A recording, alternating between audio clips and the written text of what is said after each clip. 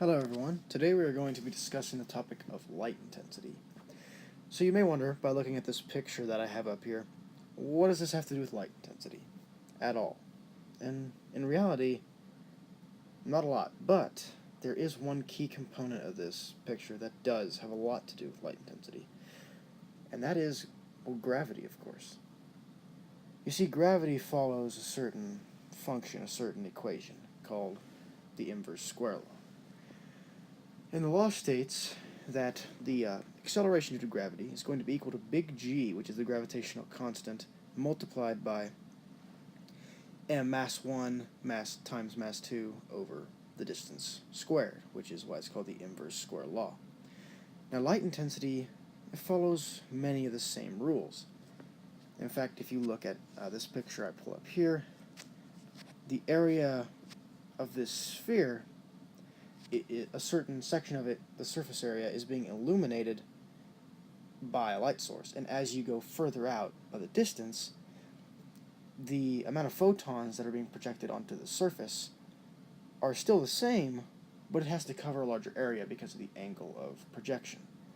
And here's another example where we have a candle as the light source. And the reason they use a sphere is because all sides are going to be illuminated around that light source. In reality, you're often going to be using a light source where you're concentrating it with a parabolic mirror and forcing all the light rays to go parallel to one another. But for the intents and purposes of light intensity, they usually measure it like so. So today, actually, what I'm going to be doing is trying to measure the inverse square law in effect to the to light intensity. And to do this, I'm going to use several materials. I'm going to use a light source, just an LED bulb, 8.5 watt, I believe, 800 lumens. And it is going to be in a housing, so it will not be like a candle. It's not going to portray the rays in all three dimensions, I guess. It's going to portray them fairly parallel. And I'm going to be measuring it using a photoresistor and a breadboard with a multimeter that's going to read off ohms so that I can measure the resistance coming off from the light source.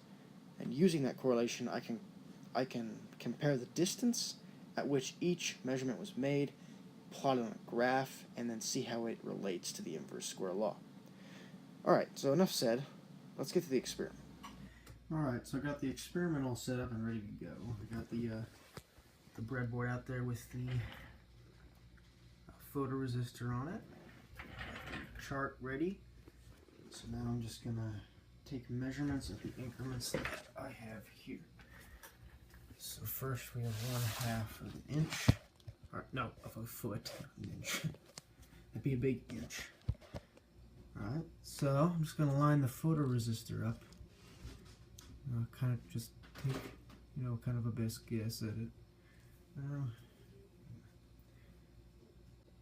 Trusty square. We can line it up fairly decently straight with that there.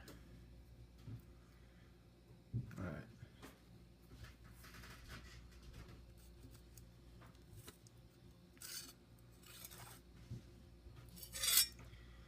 Okay, holding steady at 3.15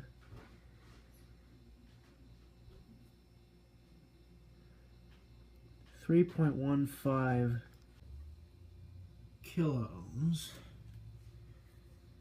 That's what it is. It's hard to read on there. Alright, now we'll go to the next increment, which is at 1 foot. Try to back the camera. Relatively good there. Alright. So now we're at a measurement of 1 foot. 4.80, call it 4.81 kilo ohms. 4.81 kilo ohms.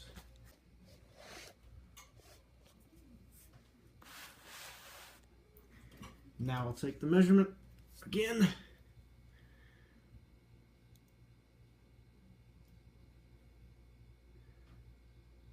.12 kiloohms. 7.12 kiloohms. Now we're at 2 feet.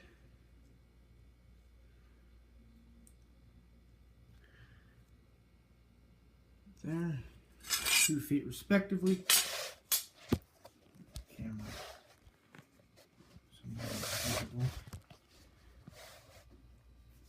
Okay. And then I'll just take a measurement here.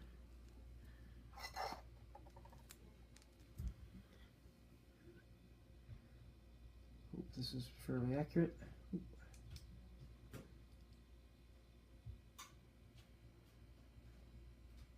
9.76 kiloohms. Okay, now we'll go 2.5.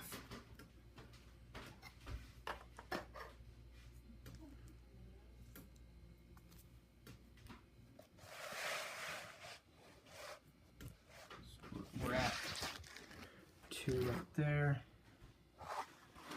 There's 2.5.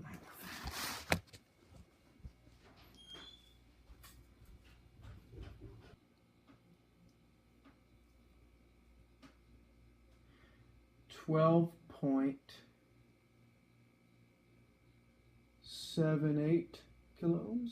12.78. Now we'll move to 3. Let's see what we get there.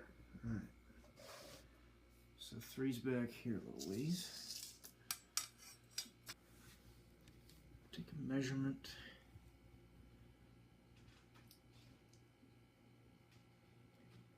Sixteen point two.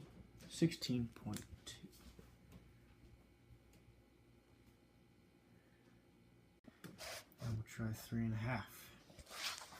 You can actually see it just by looking at it, how the light intensity differs with distance. Like right there, it's really intense. Then it starts to wade off as you get more distant. All right, so we'll go to 3.5 now. Measure it here, and this will be our last measurement.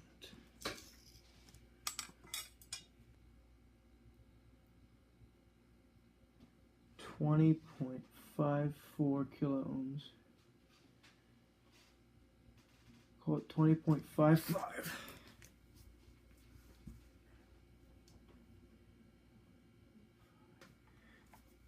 Alright, so I got all my numbers. Shut this multimeter off.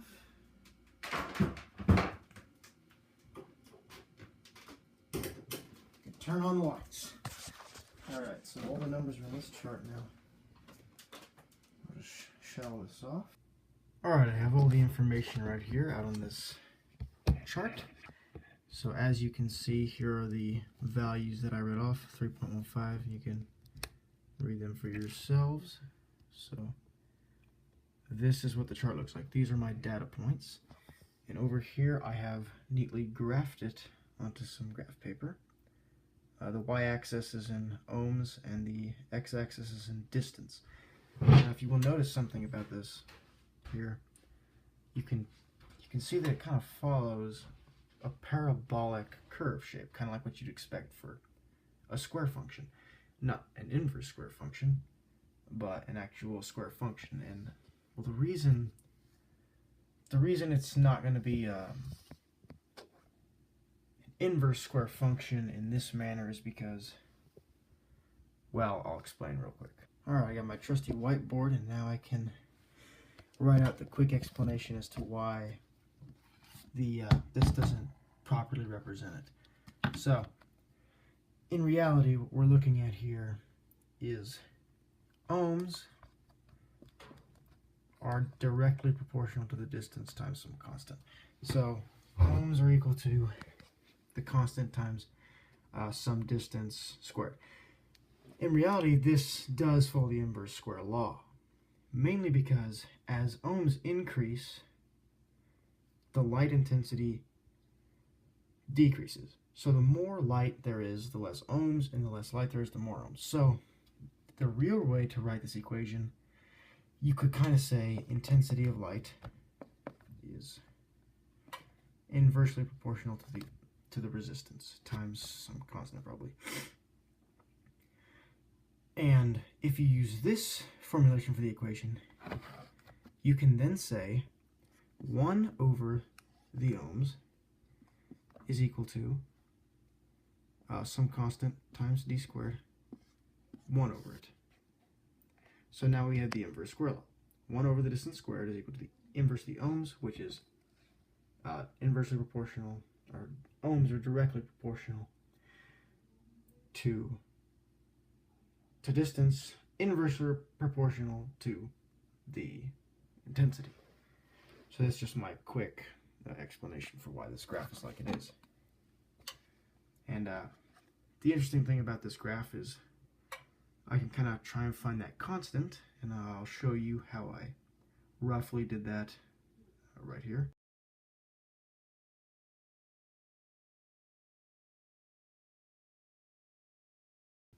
And by the way, I meant to say kiloohms, not ohms, for my graphs. Okay, everyone, well, thanks for watching my video. I hope you learned something. I know I learned a lot from doing it. It was really fun.